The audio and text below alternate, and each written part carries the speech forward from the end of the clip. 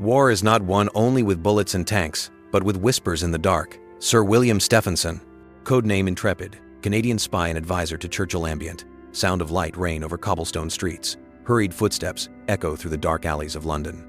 A man in a black overcoat cuts through the fog with a briefcase clutched to his chest. No one notices his presence. No one will ever know his name. But the decisions he will make in the next few hours could save thousands of lives. During the Second World War, millions of soldiers marched across devastated battlefields. The skies were streaked by burning fighter planes, and the oceans swallowed the wreckage of sunken ships. But there was another war going on at the same time. An invisible, silent war, fought in the shadows by men and women who did not wear uniforms, did not march in formation, and whose names were rarely recorded in history books. They were spies, secret agents, masters of disguise, deception, and intelligence. This is a portrait of those forgotten heroes. The minds who, operating at the edge of the impossible, changed the course of the greatest war in human history. When Germany invaded Poland in September, 1939, the eyes of the world turned to Hitler's brutal advance. But long before that, another war was already burning in secret. Britain, anticipating the chaos that was coming, had quietly begun to reactivate its espionage machinery. MI6s, still wrapped in mystery, urgently needed eyes and ears inside enemy territory. It was in this context that a man from Manitoba, Canada, known simply as Intrepid, emerged as a key figure. Sir William Stephenson was not a traditional agent. He was a businessman, a war pilot, an inventor, and a trusted ally of Winston Churchill. And it was to him that the British Prime Minister entrusted the mission of building a transatlantic espionage network, a clandestine operation based in New York called the British Security Coordination. Archival interview excerpt, restored 1946 áudio. Information is the oxygen of war. Without it, the whole effort suffocates. Stephenson recruited agents, trained Americans even before the United States officially entered the war, and connected MI6 to the FBI. He became the hidden link between London and Washington, laying the groundwork for what would become the OSS, the embryo of the CIA. Meanwhile, in the green fields of the English countryside, in a Victorian mansion surrounded by peaceful gardens, a group of geniuses worked without rest. They were mathematicians, linguists, cryptographers. Among them, a name that decades later would be recognized as fundamental to the Allied victory: Alan Turing. Turing and his team faced the challenge of breaking Enigma, the encoding machine used by Germany to encrypt its military communications. Each day the codes changed. Every intercepted message looked like a maze impossible to solve. But these spies and logic did not back down. With the construction of the bomb, an electromechanical machine capable of testing thousands of combinations per minute, Turing opened the door to a new era of espionage: algorithmic warfare.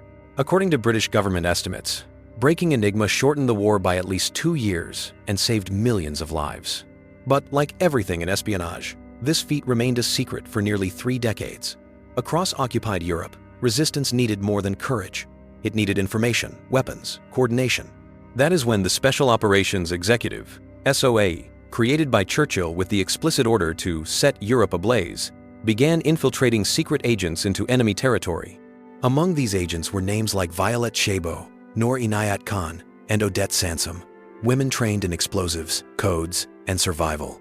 Women who risked everything and often paid with their lives so that the Allies would have a fighting chance.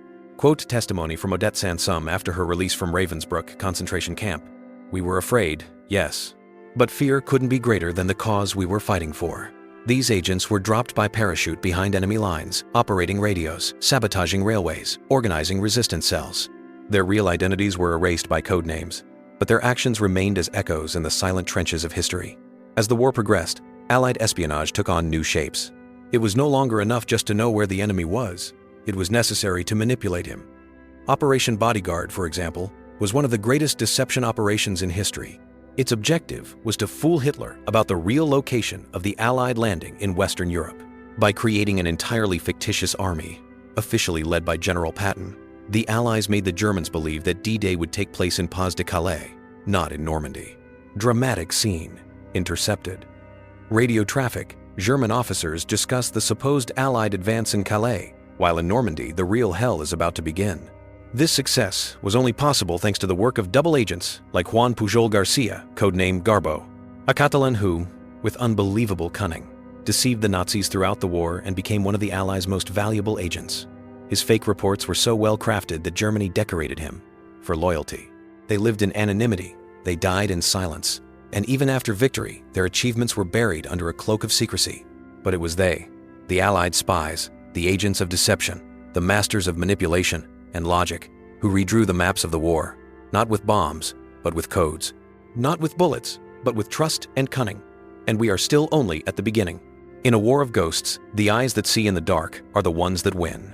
Desmond Morton, Churchill's intelligence advisor. In the midst of the chaos of war, the masters of ambiguity emerged, double agents.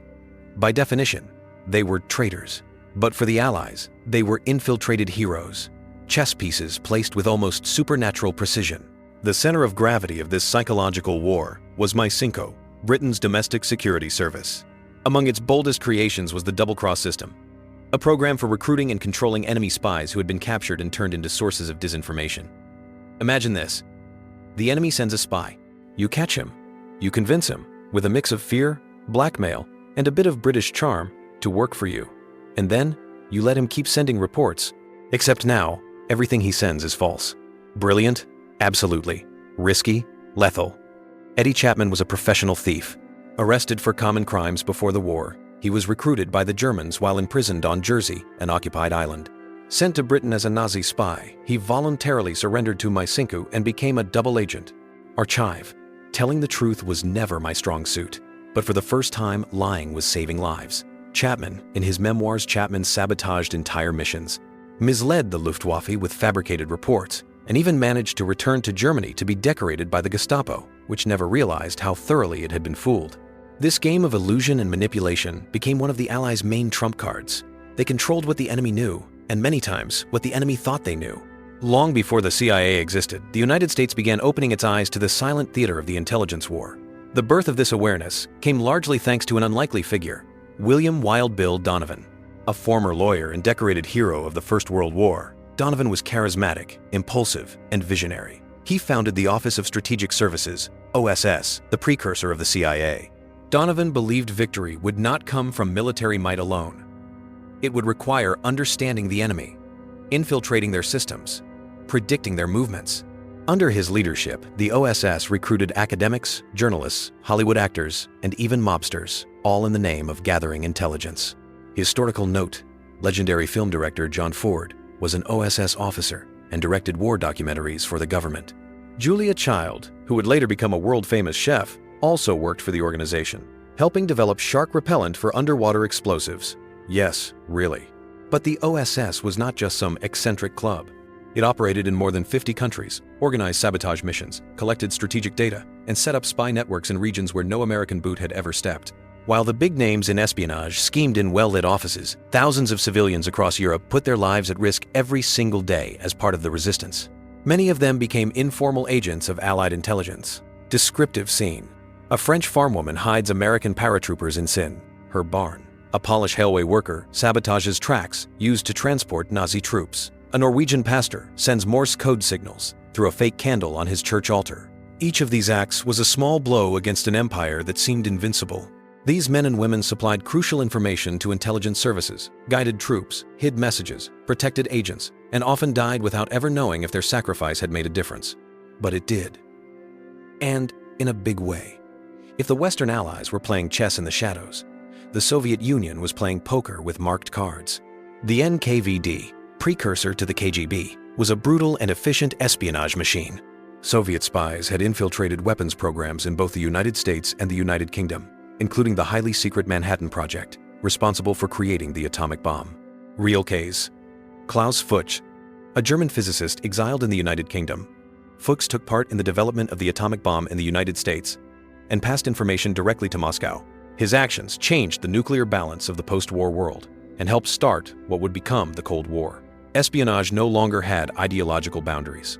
Every scientific breakthrough, every new radar, every troop movement map, everything became a target. And spies became more than ever the real operators of global destiny. The war ended, at least officially. Troops marched home, tanks fell silent, but the spies kept going.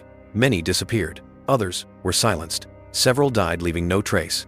Those who survived were bound by an eternal oath of secrecy. Archive quote William Donovan, 1945, People will never know the names of those who prevented battles, and perhaps that's for the best. Bletchley Park was only recognized decades later. Alan Turing died branded a criminal in his own country. The women of the resistance were ignored at ceremonies. Double agents were treated with suspicion, and the files stayed locked away for 50 years. They operated on the edge of ethics, often crossing the lines between truth and lies, good and evil, duty and betrayal. But it was these people, with nerves of steel and broken souls, who shaped the course of modern history. The war might have been fought on the beaches of Normandy, in the skies over Stalingrad, or in the trenches of Italy, but it was decided in the shadows. And what came next? A new world order, the Cold War, nuclear power. All of it bore the fingerprints of these ghosts of the Second World War, but their story is still not over. What is done in silence can echo for centuries. General Dwight D. Eisenhower, on the work of Allied intelligence, the end of the Second World War, brought celebration, reconciliation, and silence. Allied spies, so essential to victory, vanished from the official narrative. Many were demobilized without honors. Others died in anonymity, their achievements locked away, literally, under 7 seals. The archives of MI6, OSS, SOE, and other agencies remained classified for decades.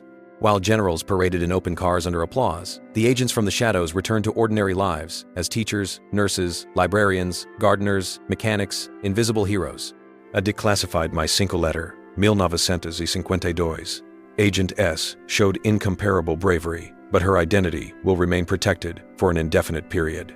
Some tried to tell their stories. Others were instructed to forget everything, as if that were even possible. Quote from Noor Inayat Khan in a personal diary, "Maybe I won't come back, but what matters is that I went. That I did my part." Noor, daughter of an Indian Sufi musician, was one of the first female radio operators sent to occupied France. She was captured by the Gestapo, interrogated, tortured, and finally executed in Dachau with a shot to the back of the head. Her last traces? A whispered code in a cell and the word liberté before the final shot. She never knew the impact of her work, but her transmission saved dozens of agents in the field. As the world quickly plunged into a new global tension, the Cold War, spies stopped being temporary tools of wartime and became permanent cogs in a new geopolitical chessboard. The OSS, which had been dissolved at the end of the conflict, was reborn as the CIA, the Central Intelligence Agency, in 1947. An organization with vast powers, a secret budget, and one mission: gather intelligence anywhere in the world at any cost. And the mold for this global machine was cast during the Second World War.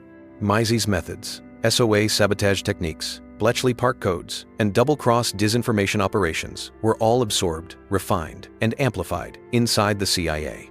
Asians who had operated during the war now trained spies for new theaters: Korea, Vietnam, Cuba, Berlin, and the cycle of war in the shadows continued, now without the glory of victory, but with the urgency of nuclear fear. More than 50 years after the end of the war, the world finally began to see what had always been hidden. With the declassification of thousands of documents by My-5 and the British government, names, code names, messages, and memories surfaced. The public discovered, for example, that Alan Turing had not just helped break Enigma, he essentially helped save the modern world. But when the war was over, the same government that quietly honored him condemned him for indecency because he was homosexual. He was chemically castrated and died in 1954 under circumstances still debated. Officially, suicide. The man who saved millions, treated as an outcast. In Dois Militares, Turing received a posthumous pardon from Queen Elizabeth II, a symbolic honor, but late. According to declassified official records, more than 3,000 agents were trained by the SOE between 1940 and 1945. Around 3,000 women served as operators, couriers, and infiltrated agents. It is estimated that 40% of French resistance operations relied on information provided by Allied spies. The work at Bletchley Park led to the interception of more than 2 million encoded messages. But numbers, as impressive as they are, don't tell the whole story. Because each code broken was a life saved. Each successful act of sabotage prevented deaths. Each well-told lie stopped a massacre. The impact of Allied espionage goes far beyond the battlefield. Today, our secure communication systems, modern cryptography, reconnaissance satellites, and even data analysis techniques all trace their roots back to the desperate and brilliant experiments of the Second World War. More than that, Allied spies proved an uncomfortable truth: that war is not won only by force, but by intelligence, by strategy, by knowing first. by deceiving well. And they showed, above all, that heroes do not always wear uniforms. The monument is simple, names carved in stone. No grand statue, no annual parade, just silence. Silence and a late acknowledgement that without these people, spies, saboteurs, operators, informants, cryptographers, victory might never have come. Today, we know some of their names: Violet Sabu, Noor Inayat Khan, Alan Turing, Juan Pujol, Odette Sansom. But for every known name, there are hundreds forgotten. Men and women whose actions changed the world and who never appeared in school textbooks. History, like war, is written by many, but not everyone gets the credit. Between tanks and battles, between maps and generals, there were those who operated at the margins, invisible, and it is to them that this documentary bows. They were the eyes that saw in the dark, the voices that were never heard, the hands that moved destiny without ever being seen. They were the forgotten heroes.